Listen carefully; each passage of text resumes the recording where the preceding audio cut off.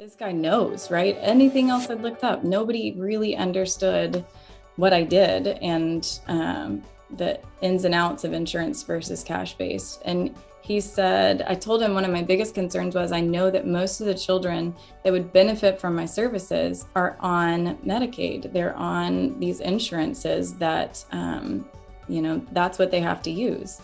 And I feel like I would be excluding them. And he said, no, you wouldn't be at all.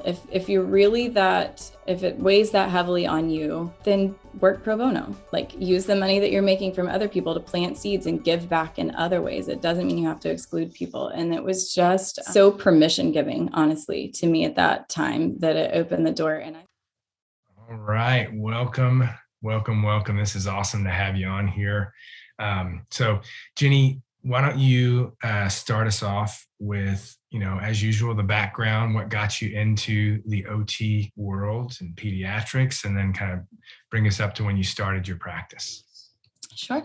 I have actually known that I wanted to be an OT since high school, and I feel like that's pretty rare. I originally had settled on PT. And we had a childhood friend. Her dad is a radiologist and worked at the hospital. And I guess he had bumped into OTs. I'm not even sure how he thought of it, but he said, you should look into OT. I think that would be a better fit for you. And I think I was probably a junior in high school maybe, and realized, yeah, absolutely. That's a perfect fit. So even from that point on, I knew where I wanted to go to college and what I wanted to do. So I still remember one of the places, my mom is one of those people who likes to chase things down and know things for sure. And so she actually kind of, looking back, I think she kind of made me actually go and shadow some OTs as just a high school kid who didn't have a clue what was going on. And I have two distinct memories. One of them was I was shadowing an OT in the hospitals, and this poor girl, I look back and think she was so tired and jaded because she said, I sure hope you like paperwork because that's all you're going to be doing. I was like, okay, all right. Wow. She wasn't totally wrong looking back, I think. But, and then there was another school for children who were profoundly impacted by their disabilities. And I went and fell in love. And I still remember seeing, they had one of it was Temple Grandin's hug machine, actually, that she designed to give deep pressure into the body. And I think it stuck with me because I grew up out in the country, and I remember my dad and my grandfather running cows through the squeeze chute, and it looked just like it. So I think that was one of those little seeds that was planted along the way, but I fell in love. And so I went to community college for a year and ran out of classes because I had taken some dual credit in high school, and then moved to Denton to go to Texas Women's University. Looking back, I don't think I realized how nose to the grindstone I was, but I actually ended up getting my bachelor's and my master's in 5 years. They had I think they've done away with it at this point, but they had a really neat fast track program where you could do both. So my bachelor's is in child development, and I love it. I love kids. And then my master's is in OT. So I remember them kind of beating that out of our heads, if you will, when we first started grad school, because we would walk in, there were multiple of us, and say, we're going to be pediatric OTs. And they told us, no, you're an OT first, and then you get to specialize. So I was thankful for that perspective, but I was trying to reflect on when I fell in love with specializing in sensory processing, sensory integration. And I honestly can't remember exactly when it was, but I do remember that our PEDS courses being my absolute favorite in grad school. And I was fortunate enough to find an amazing location for my fieldwork. So my internship, it was in Austin, actually. And do what? Where was it in Austin? KidWorks Therapy Services. Okay, yeah, I'm familiar. It was it really shaped my career and even shaped just this point. Truthfully, it was amazing. So I don't know if they've moved or not, but they were in this small old house essentially that they had converted to a clinic. And they were big on family involvement, and they were big on disciplines of working together. And my supervisor was going through the specialized training through the STAR Institute. And they also had done specialized training with the SOS approach to feeding. And I loved it. I loved it. I mean, I felt like she hung the moon. So even at that point, as a new grad, I was being shaped and molded, I think, into what we're doing today. So from there, I graduated, then got married and started a new job all within a couple months. It was crazy. And worked, it was a bit of an adjustment, but I went from this kind of slower paced outpatient in this great, cool place in Austin to an outpatient hospital. Essentially, it was an offshoot from our children's house at Baylor.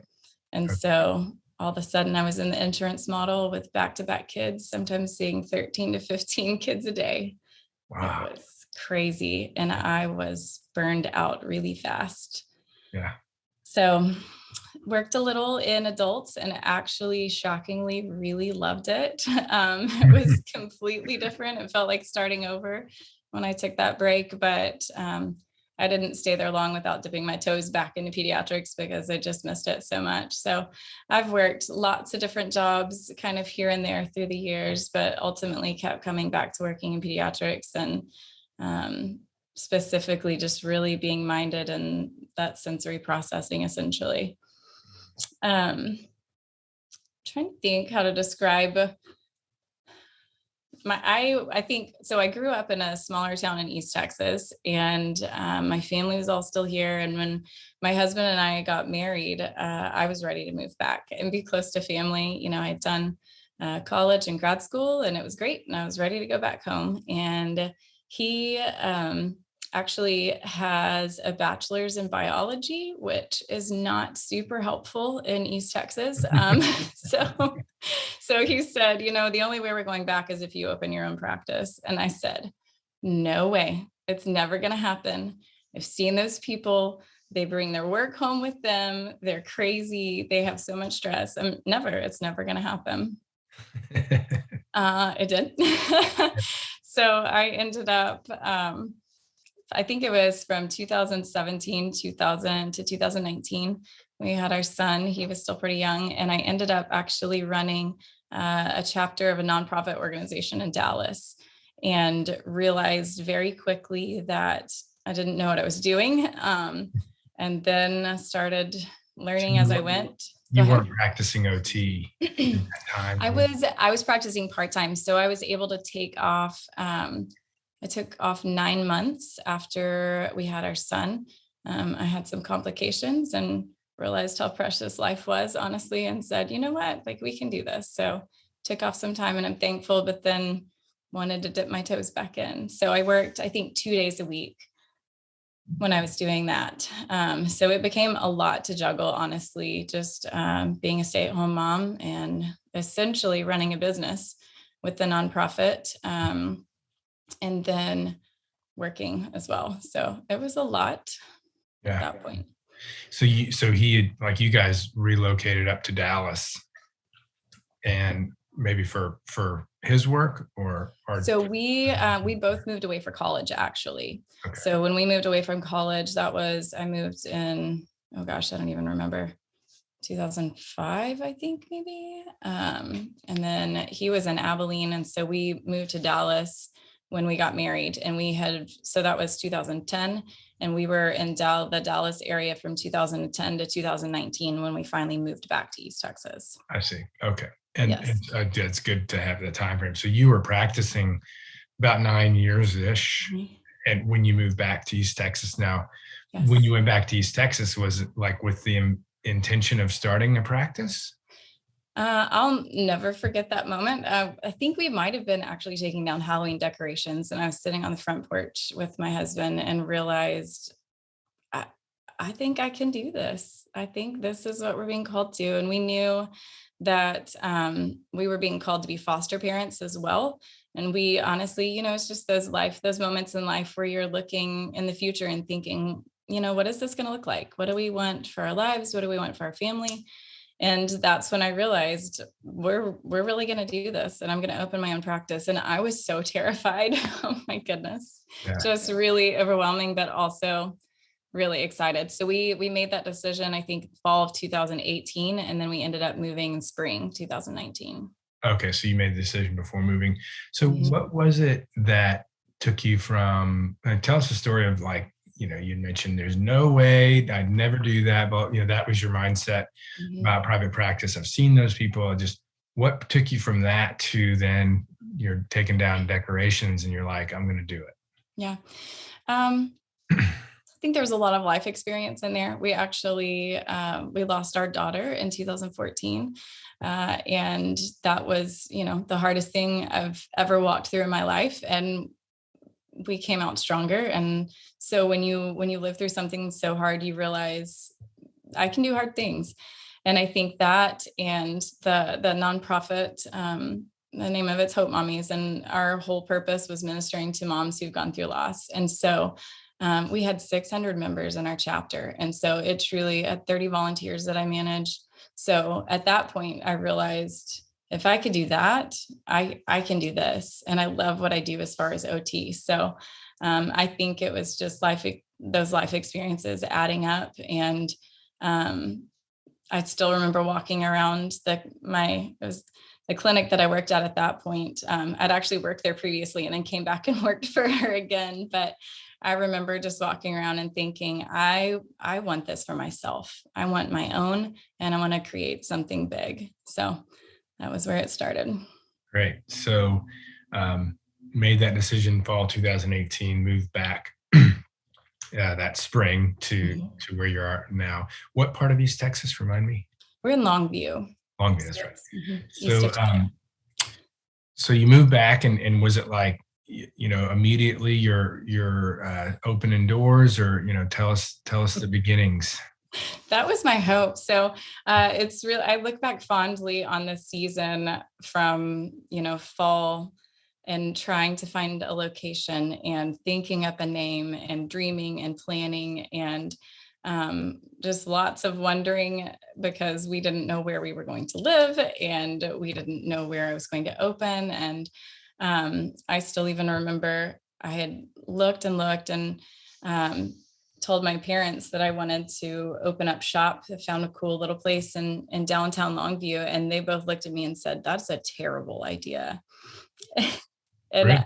yes, which is hard, to have somebody tell you that. But I said, I think you guys need to check it out. It's when I was young, it was kind of sad and left behind, and they have done a phenomenal job revitalizing the downtown area.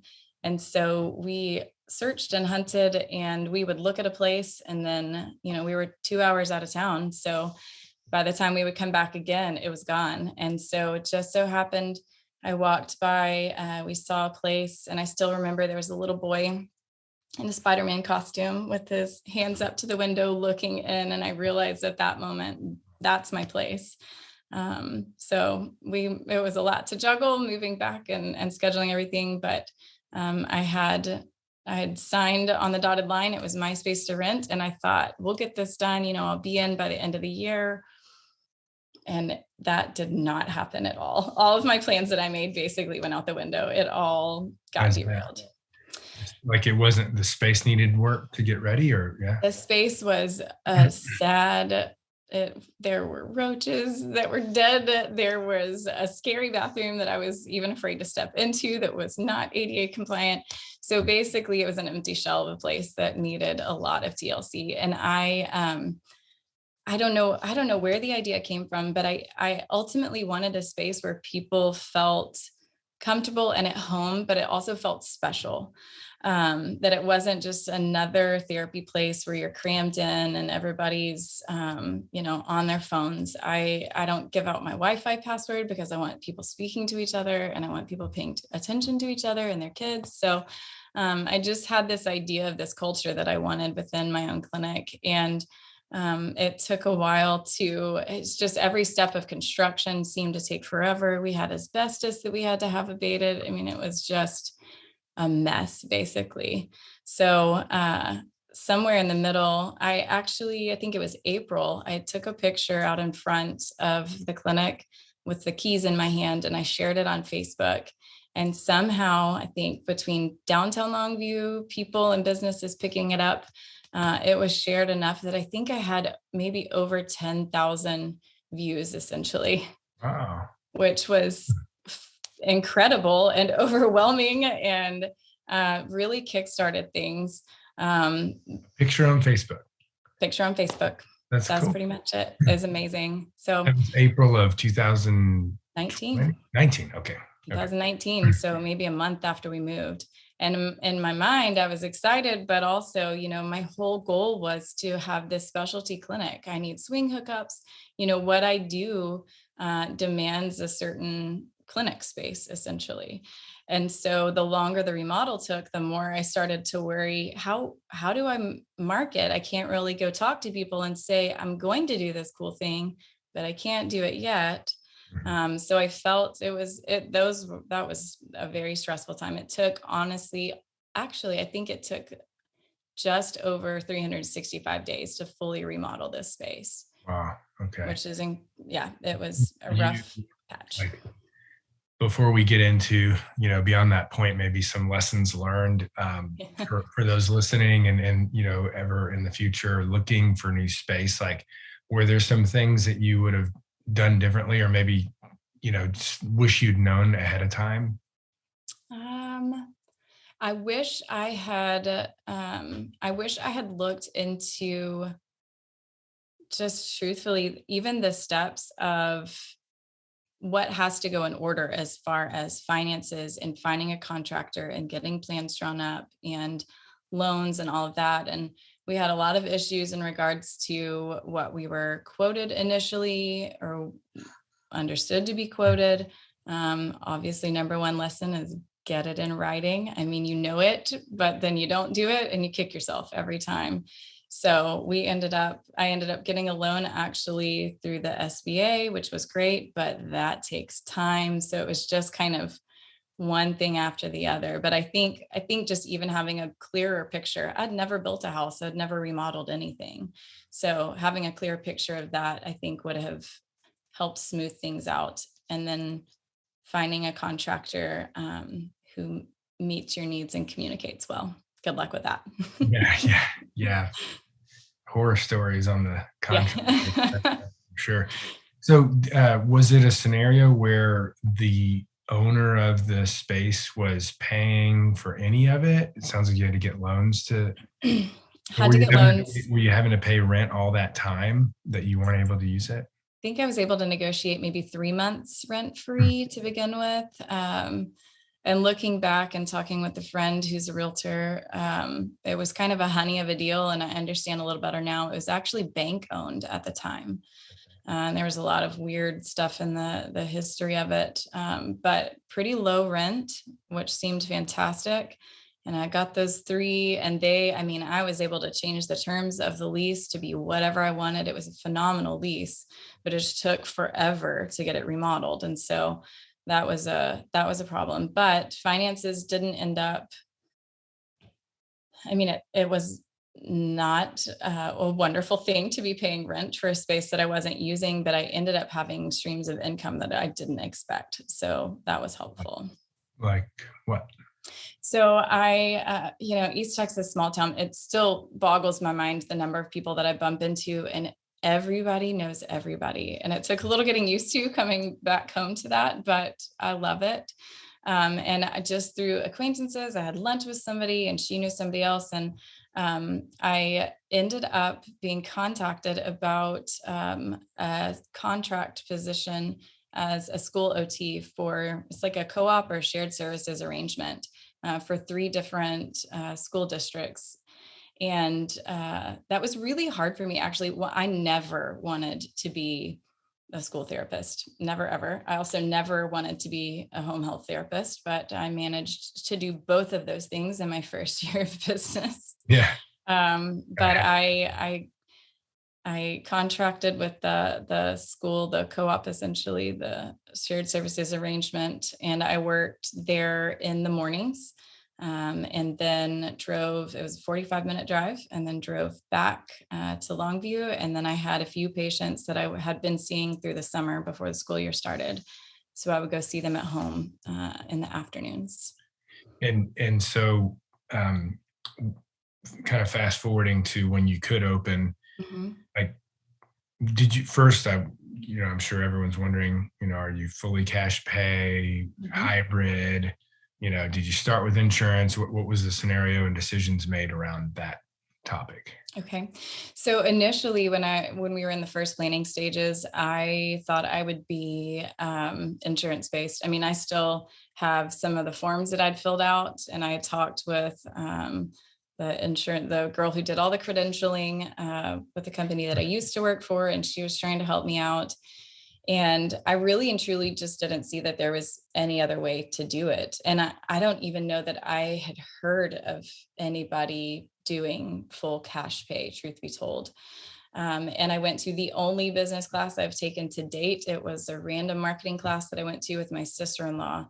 And I was able to ask the speaker about it because he'd talked about his children being in OT previously. So I thought, this guy knows, right? Anything else I'd looked up, nobody really understood what I did and the ins and outs of insurance versus cash based. And he said, I told him one of my biggest concerns was I know that most of the children that would benefit from my services are on Medicaid. They're on these insurances that that's what they have to use.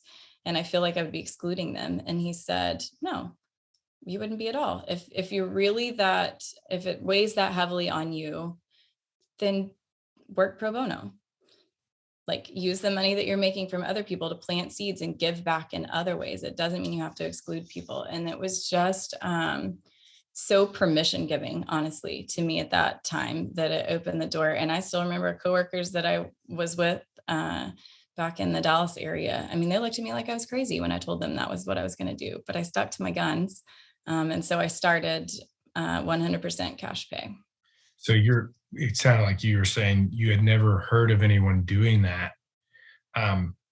But what was it that made you think in that direction? Was it just like you didn't think you'd get paid enough in reimbursements to do the type of service that you knew you wanted to do? Or talk us through that It decision. was the logistics of it with Medicaid. It takes months. I mean, sometimes 6 months. I think it had taken over a year to finally be fully credentialed with one of the Medicaid payers when I was in the Dallas area. And Wow. so this idea of working and working and working and working and not making anything for some undetermined amount of time just didn't seem sustainable at all. So just literally like just it's such a long process as a startup before you could actually send any bills to anyone to get paid. What about Right. on the private insurance side of things? I looked into it a little bit, but I think it was just, you do what you know. And so much of what I had done in previous years, most of our kids were on Medicaid. And that was multiple businesses that I'd worked for, outpatient pediatrics that I'd worked for, that was the model.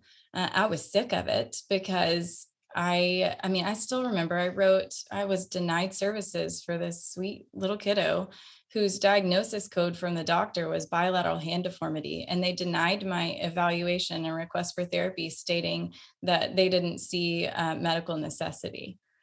And it's one of those, like, you guys aren't even looking. And it got to the point, even in the 9 years that I practiced before leaving the insurance world, the changes that I saw in their willingness to listen to our clinical reasoning and to really honor what we think is best for our patients, it went out the window. I mean, there was no middle ground anymore. And I was sick of it from that perspective, for sure.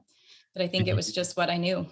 What was it that if you hadn't heard of anyone doing it, like what was it that made you think in the direction of like, obviously you hated dealing with the insurance, third party payers, we'll just call it. But you hadn't seen cash pay necessarily at that point. Like, what kind of got you thinking in that direction and got you over the hump of thinking, I'm going to do this thing that I've never really heard of anyone else doing?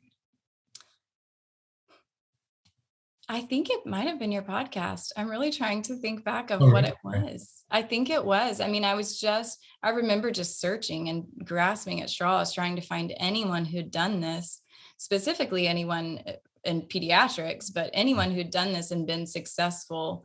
And I stumbled on your podcast essentially when I was Google searching. Well, great. Wonderful. Yeah, because like, I'm always in these podcasts trying to kind of tease out the path that people took, so that you can talk through, basically speak to other people that are listening, like right now, in the future, I guess not right now. but that they can hear, oh, okay, so that's why she chose to do this and that. And so, like, if you hadn't heard of it, I was like, well, how did you think in that direction if you hadn't really even seen anyone else do it? Because I mean, that's like, talk about trailblazing, and doing it, in a smaller town where people miss, let me say, I think a lot of people think that the smaller the town, the harder it is, which is, I've had so many students and people on the podcast who have proven that totally wrong. It's really not about that. It's not necessarily about, a lot of the demographic components that people like point to or think about. It has so many other factors are involved in where this model can thrive. So anyways, I'm glad that this podcast was part of that for you. And just hats off that even when you have a podcast or, someone like me, and there's plenty like me out there now saying this is possible and this is how you do it. Just to be able to move forward and push through and do something that's scary and that you've seen no one else actually do that, it's like, that's a big thing. So well done. So you decided to go in that direction. What next? What happened when you finally got the place remodeled? How did you get started? So Downtown Longview has really started doing more events, and one of the things that they do is actually an art walk, which is really cool. We have local artists that will partner up with downtown businesses and either set up in their business or just outside of their business on the sidewalk. And people walk around and look at the art and just enjoy hanging out. And so I had this huge plan for grand opening, and it was going to be on art walk night. And my old boss she had joked, but I'm pretty sure she was serious about renting a party bus and driving her team from Dallas because I loved them so much. So the big plans. And the day that I got my temporary certificate of occupancy was the day that the governor shut down the state of Texas for COVID. Oh, wow. So I think maybe the next Thursday was supposed to be the art walk. And so I have actually never had a grand opening of any sorts, really. You literally started your practice right as the pandemic set in. Yeah, really and truly. So I had a few patients that I saw in their homes that made connections. I mean, it was a handful, maybe 5 in total. And then I had this school job, which was interesting. Taking that school contract it was a big mental game for me because I felt like a sellout. I really did. I felt like I am taking this job, if you will, instead of staying true to my business. And then I think it was my friend and old boss who told me, like, sign a contract with your company. You don't have to contract with them. They can contract your company. And that helped a little bit, I think, just from that mental game. But so I had income that lasted me essentially through May of 2020. Yes, 2020. But yeah, I mean, really and truly, I didn't open my doors until the pandemic started. Wow.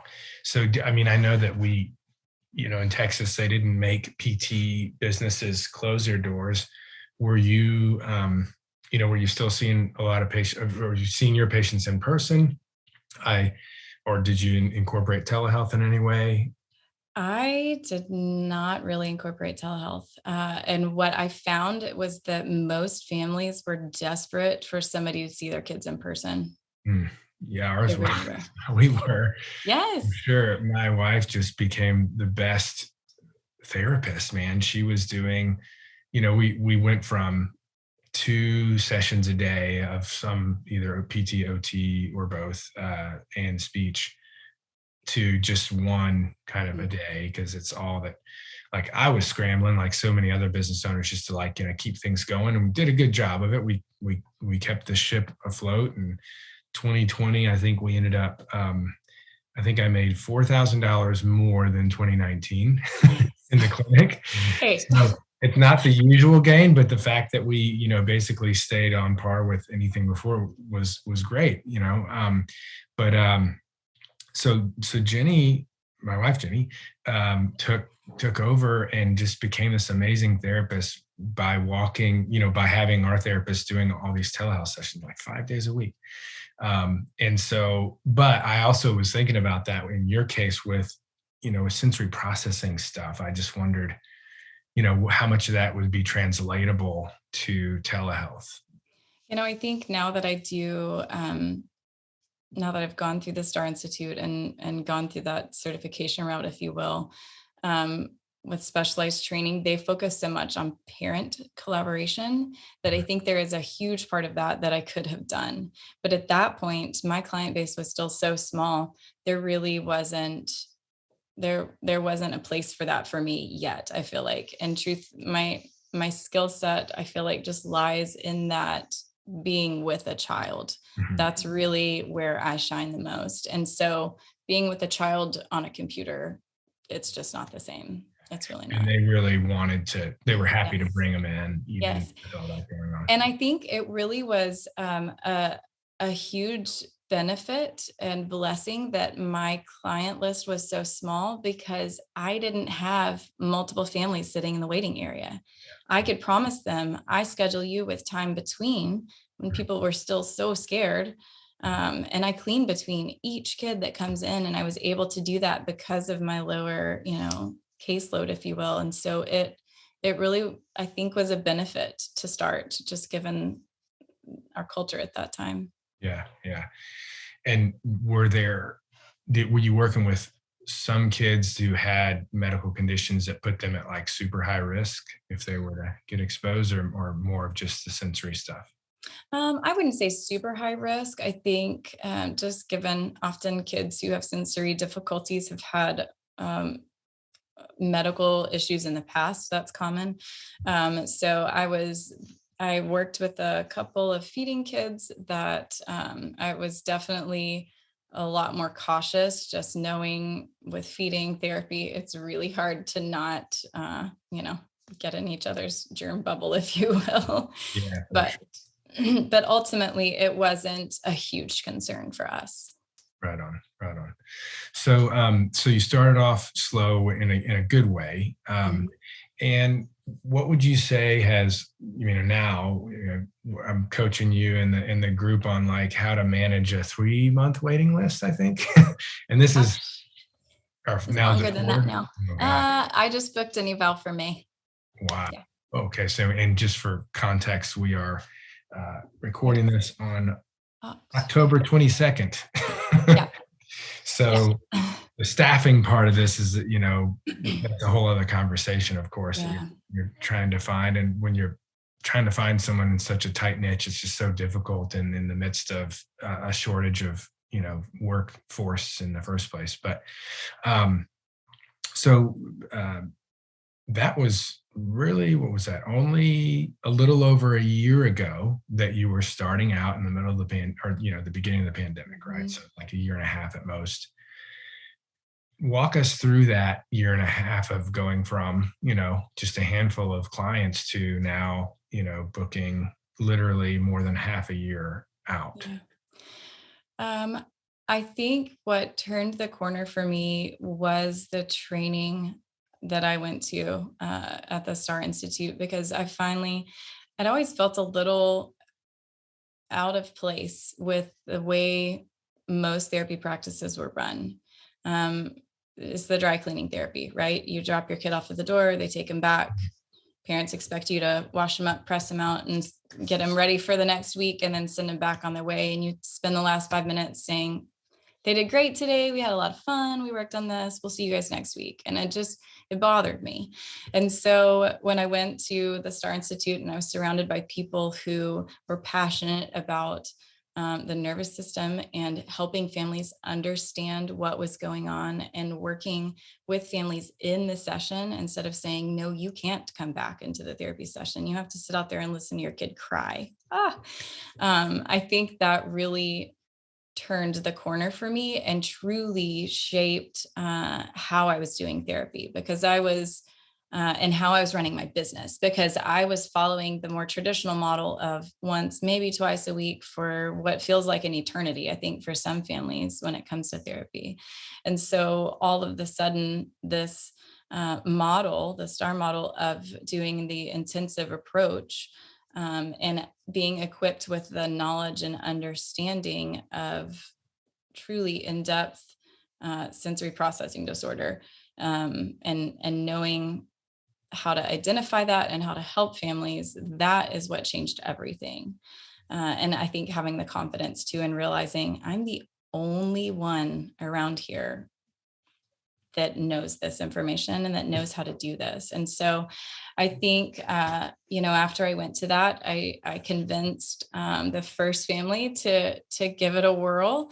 And I gave them a discount and said, like, look, you guys are going to be my guinea pigs. So if you're all right with that, like, let's do this. Way to sell it. I know. Well, they were friends. We started out as I was OT and they were parents, but the mom ended up being one of my very best friends. She's a counselor, and yeah, she TV's in a pod, but it was a game changer. Absolutely, completely a game changer. I realized what I'd been missing, I feel like, my whole career.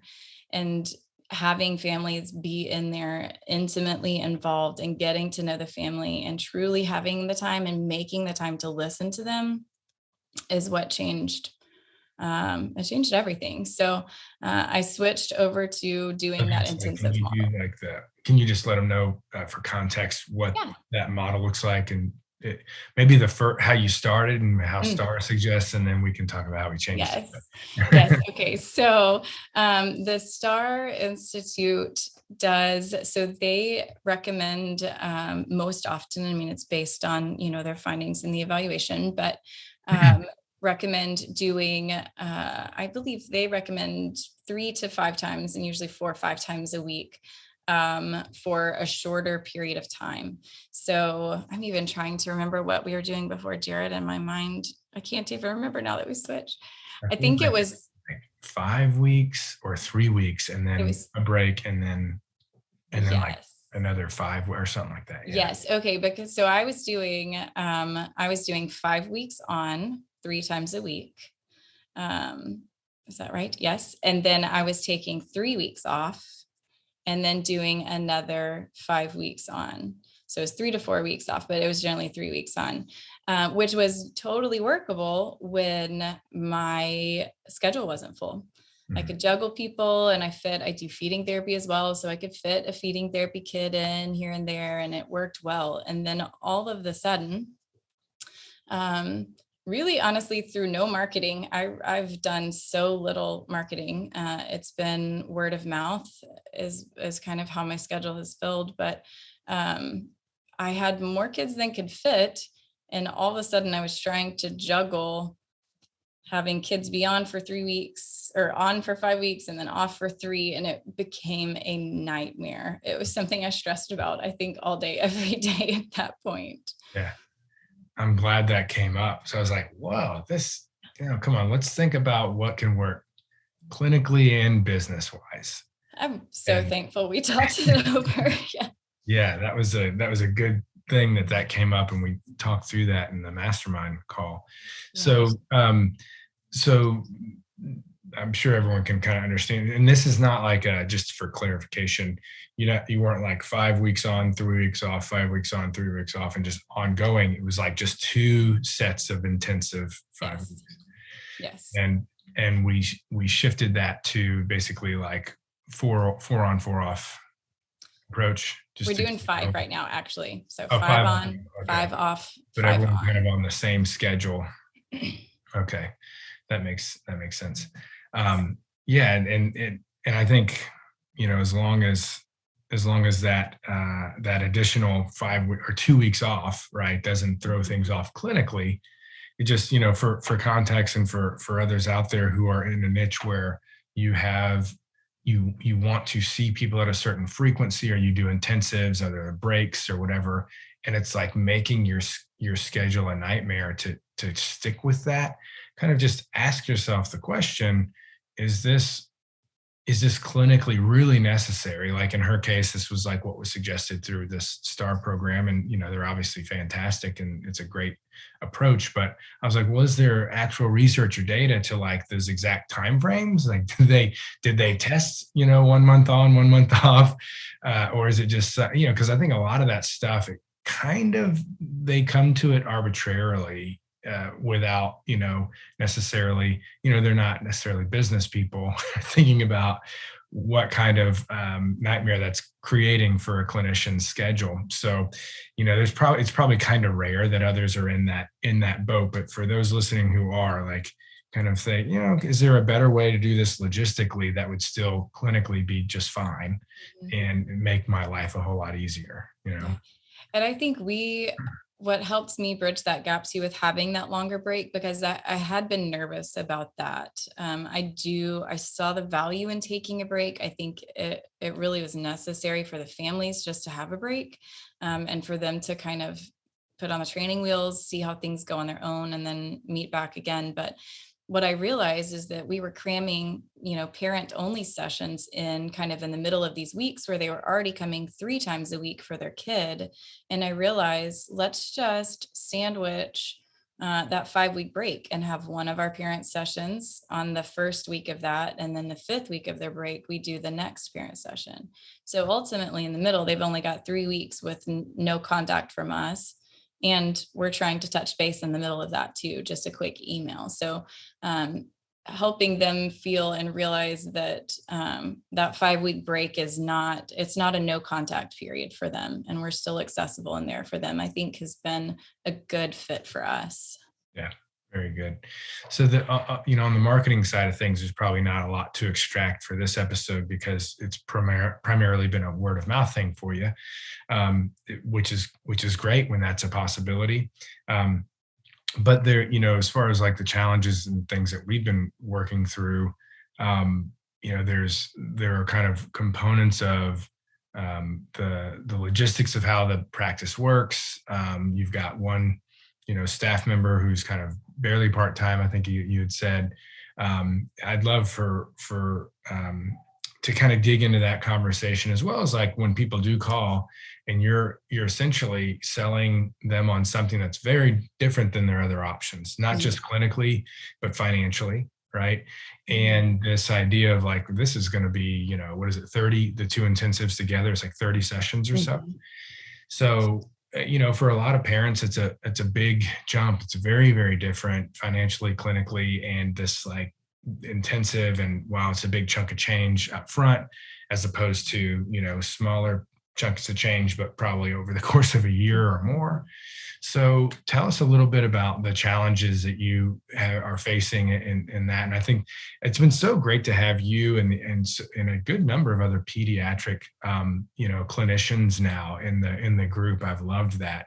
And that's a common thing that I'm sure PD therapists listening now, like, yeah, cash pay, I can see it working for these, 5 or 6 visit average plans of care, but I work with my kids for months or years. Like, so talk us through some of those challenges and what you found, works well with those conversations with parents when they're looking at a much bigger price tag. Mm-hmm. I can relate to that feeling too. Just even listening into the podcast, hearing you guys talk about, 6, 7, maybe 10 visits. And I'm thinking that it's just so different. I don't know if I can make this work, but I remember, I'm going back and then I'll promise I'll answer it. I remember in college, I waitressed, and I interviewed for a job at Texas Roadhouse, and I had worked for the one here in Longview, and I was trying to get a job at the one in Denton. And I sit down, and this guy, he's really cocky now that I think about it, but he like leaned back in his chair and sat a salt shaker down in front of me. And he was like, "All right, sell me that salt shaker." And I went, all right. And I don't even remember. I honestly, I think I did a pretty good job of it. I just made, I BS'd my way through. How do you sell a salt shaker? I don't know. I got the job. It went well. I paid for stuff through college. We're fine. But really looking back, I mean, that's so foundational to what we do, I feel like until you truly make a name for yourself and you have such an established reputation where you don't have to sell yourself on the phone, we have to learn how to do that. And I struggled with that too, just feeling almost disingenuous with feeling like maybe I was convincing people to give me their money. And my friend, who's a counselor, said, "Jenny, you have so much to offer these families, and only you can do that. So you need to be confident in offering them the help that they're looking for." So that's been very helpful. But I still, I fumbled through so many calls to begin with and just trying to figure that out. And then I think I just naturally started slipping into this, just tell me about your kid. And I think to begin with, it was maybe just I don't know what to say. I don't know how to do this. I've never done this before. So it started with that. And then I realized the more that I talked with them, I love people and I love getting to know people. And the more that I talked with them, the more that I realized they just needed somebody to really and truly hear what they had to say. And they wanted somebody to see their kid as more than just a set of issues. And I mean, I can't tell you the number of moms that have cried on the phone with me because I've asked questions like, what do you ultimately, what do you want for your child? What do you want for their life? And to have somebody ask them that and truly care, that's been the game changer. And so I had started doing that. And then I listened, I don't even remember which one, but I listened to one of your podcasts, and it was just the perfect affirmation that I needed, that relationship and establishing that connection with people is the number one thing to do. And I was like, I got this. I can do this. So especially knowing the investment in their children that we're asking them to make, it's so crucial. And so when families call in, for a long time, it was me answering the phone, but it's truly just taking that time to ask about their kid and ask their hopes and dreams. And the tricky part is in the midst of that for me is figuring out whether or not we're the right place for them. Because ultimately, if we're not, my job is to connect them to someone else, which we do often. But it's been a process, but it really is all about, I feel like, getting to know these families and helping them see that we are the help that they need, and we can do that for them. What are some of the things you're, using as a filter or decision maker for if you can help or if they would be better suited somewhere else? This is what's honestly, I think, the most challenging part of trying to transfer this intake process to my new admin, is because so much of it is based on my clinical reasoning at this point. Yeah.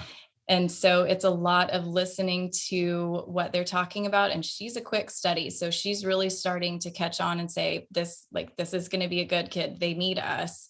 But she just doesn't have that background clinical reasoning of, I hear these things, and so, I'm thinking X, Y, Z, and helping make that connection for the families, helping connect that clinical part to what they're experiencing and what that hardship is for them. Like, that's the key piece right there. Right. And her job right now is to kind of, learn how to get to, do I schedule a long phone call with you, with Jenny, or decide if this probably isn't going to be a good fit and save your time so that you're not doing that in that phone call. Yeah. And that makes a lot of sense for us with my admin.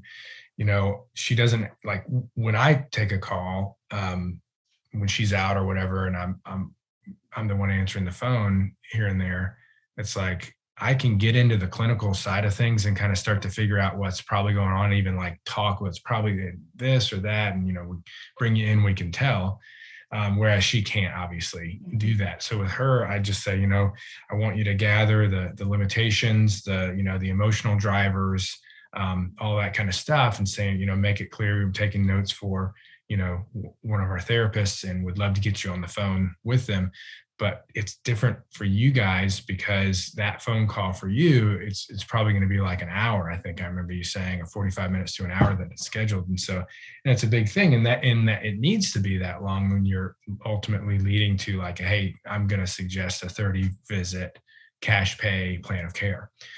So yeah, I'm glad that she's learning, because that's important for your time, for her to free that up for you, and not schedule people that aren't going to be the right fit for you clinically. Right. Yes. And I feel like she's learning enough too to help me have a heads up that, I don't know that this person's going to be the right fit. And so I think my conversations tend to take a little bit of a different route if we think that might be the case. But she's catching on. She's doing well. I've actually started recording our intake calls recently. I think I had maybe 5 or 6 this week. So I'm starting to build up kind of a rich library for her and future employees to be able to listen and hopefully learn from that. What are you using to record? The phone company that we have currently has the capability of recording calls through the app.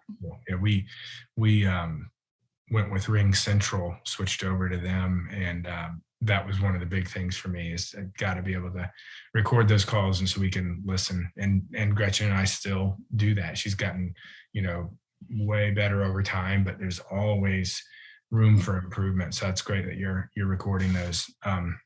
At some point in the future, that'll probably be a course or masterclass or something. And I've got a ton of those calls that I recorded for her early on. That when we get a lot of leads through our website, I'll record the outgoing call to that person who showed interest. And so yeah, at some point I'll have that for everybody, but it's like a lot of other things in the pipeline first.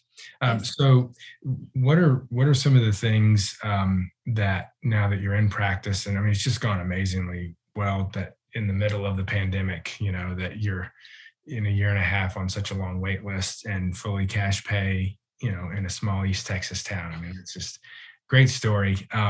What are some of the things that you know now that you wish you knew starting out?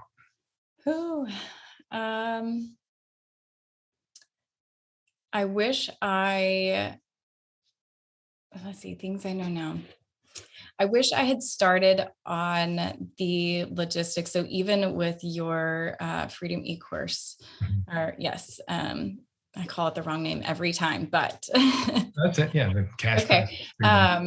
I wish I had found that course and I had signed up for it in April of 2019. Yeah, earlier on. Yes, when I first started, because I feel like there were bits, I managed to do bits and pieces, but just that overwhelming sense of there's so much to do and I don't know what's most important and when to get it done. And I still feel like that, honestly, on a regular basis. But I think knowing now how important just having those really basic ducks in a row would make things feel a little easier down the road. I wish I had known that. Yeah. I think the other thing is the value, the value, not underestimating myself, and what I have to offer. And I talked about this before. His name is Kevin. Is that right? No. Is it there? This podcast. I'll have to someone on my podcast? No, you had mentioned it in the Freedom e-course. It's Mind Your Business podcast. Yeah. He did one on imposter syndrome. Yes, did one on imposter syndrome, and I have listened to that thing on repeat and just trying to coach my mind and knowing that I have something to give, and recognizing that when you feel like you have a higher calling to, other than just making money in your business, it's so much easier to sit back and say, like, I'm choosing to make a difference in people's lives. And that's a good thing. And I have a lot to give. And so I think just even knowing to focus on that and really examine my own mindset from the beginning. I wish I had caught on to that sooner. Yeah. Do you feel like that, maybe imposter syndrome, or just the feeling of being hesitant about what you're offering, um, does that kind of, would you say that's amplified when when what you're suggesting, clinically it makes the hugest impact, but financially it's a 30 plus visit plan of care? Um, did having that feeling and imposter syndrome thing going on, like, did that hold you back from shifting or affect the way you would offer, a big plan of care like that? Yes, it's something that I feel like I fight on a daily basis Okay. still. Yeah. Yeah. Just I think just knowing, I'm thankful that I grew up. I never worried about not having what I needed. Mhm. We were very fortunate, but I didn't come from a family who just had money anytime they wanted it. I learned to work from an early age. I worked my first job at 13, honestly, and worked pretty much from the time I was 16 on. I understand that it's not easy for families to come by money. And so I think knowing what, and see, I even like feel it in my terminology. I was going to say, knowing what I'm at, I still am fighting that internal dialogue and just the way that I think about it. It's not that I'm asking something of people. I'm offering my services, and it's their choice whether or not they feel like that's the right decision for their family. But it's very weighty knowing what families have sacrificed. I've had families who've moved to a smaller rent house. I have families who've dipped into their 401k, but they make those decisions because that's what they feel is best for their child. But I carry that with me uh, even into my treatment session, knowing like I'm giving you the best that I have because I know how important it is to your family. Mhm. That's what I wanted to pull out there, because and it's very much, I think, just last week or maybe even this week, an episode that we pulled from one of our mastermind, coaching sessions, where I'm talking about, like, let the person or the family in your case decide. Don't pull back on frequency or Mm-hmm. whatever is going to be clinically best for that patient or that child, right? Like, you are doing the ultimate disservice if you're pulling back based on what you think they can afford or what money they can come up with or what insurance might cover. That's a big one too, right? It's like, um, most parents don't know that there's this thing of, like, I can get more Mm-hmm. beyond what insurance covers. Like, they don't know that. And so I'm speaking to those who right now are even in insurance-based practices.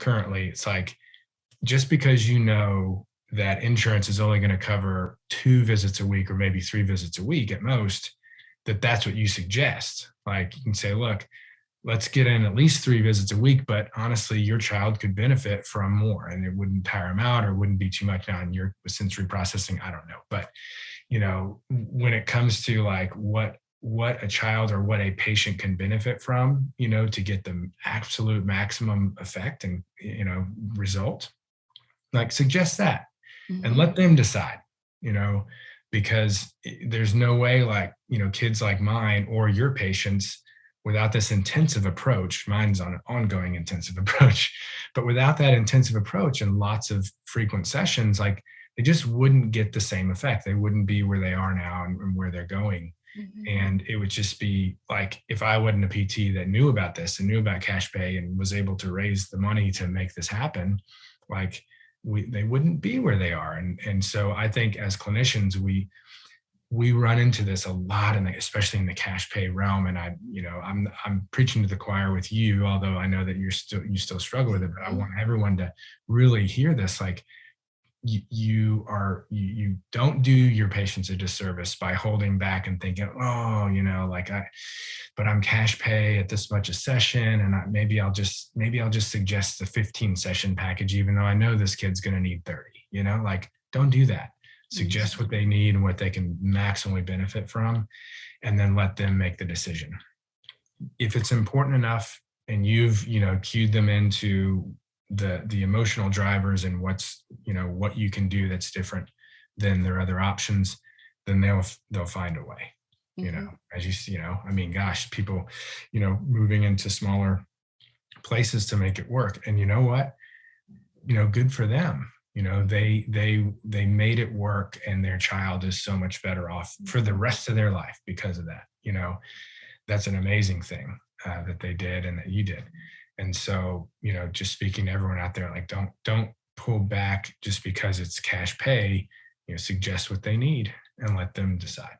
So I think, there's a huge piece of it too, that I think that we sell our patients, our families short if we do cut that plan of care recommendation off, because I think we kind of hold back a little bit of the hope that we have to offer them, because that's what almost every single family that calls me, they're just looking for some hope that things can be different than they are. And so I'm so confident in knowing the changes that we can make in those 30 sessions. But if I feel like maybe they're only going to be able to do half of one, and I choose to say that to them, I'm cutting my confidence in half, essentially, of what we can accomplish, because I know it's not enough. It's not good enough. And I can't make those changes for them. And so I know I hold back in talking with them when I do that. So, I want to be my most authentic self and give them the true hope that I feel like they have for change in their lives. And I do that best when I am true to what I think is going to be best for them. Awesome. Well, it's you've given so much of your very full schedule, so thank you so much. Is there any parting thoughts for anyone thinking of doing what you're doing, or just going in the pediatric private practice realm and the cash pay model? Anything you'd like to leave us with? Man, I would just say go for it. There are so many families out there who need somebody who's willing to make the time for their kids and make the time to truly listen to them and partner with their family. And if you have a heart for really making that family unit important, I think there's nothing holding you back. Go for it. Awesome. Thank you so much, Jenny. And we'll see you in our next mastermind call. Sounds great. Thanks. Thanks for listening to this episode of the Cash-Based Practice Podcast. If you liked what you heard here today, we have some extremely important things we want to send you. First, a quick start guide to cash-based physical therapy and Medicare. This free ebook will provide the primary rules and regulations surrounding this confusing but important topic. Secondly, we want to share with you the 5 characteristics common to all successful cash-based practices. Find out the vital things Jared has learned from years of interviewing cash practice owners and running his own successful cash practice. As one of our listeners, we want to give you all this information absolutely free. You can get it right now by going to drjaredcarter.com/success. Again, that's drjaredcarter.com/success. Go there now to get your copies, and we'll see you next time.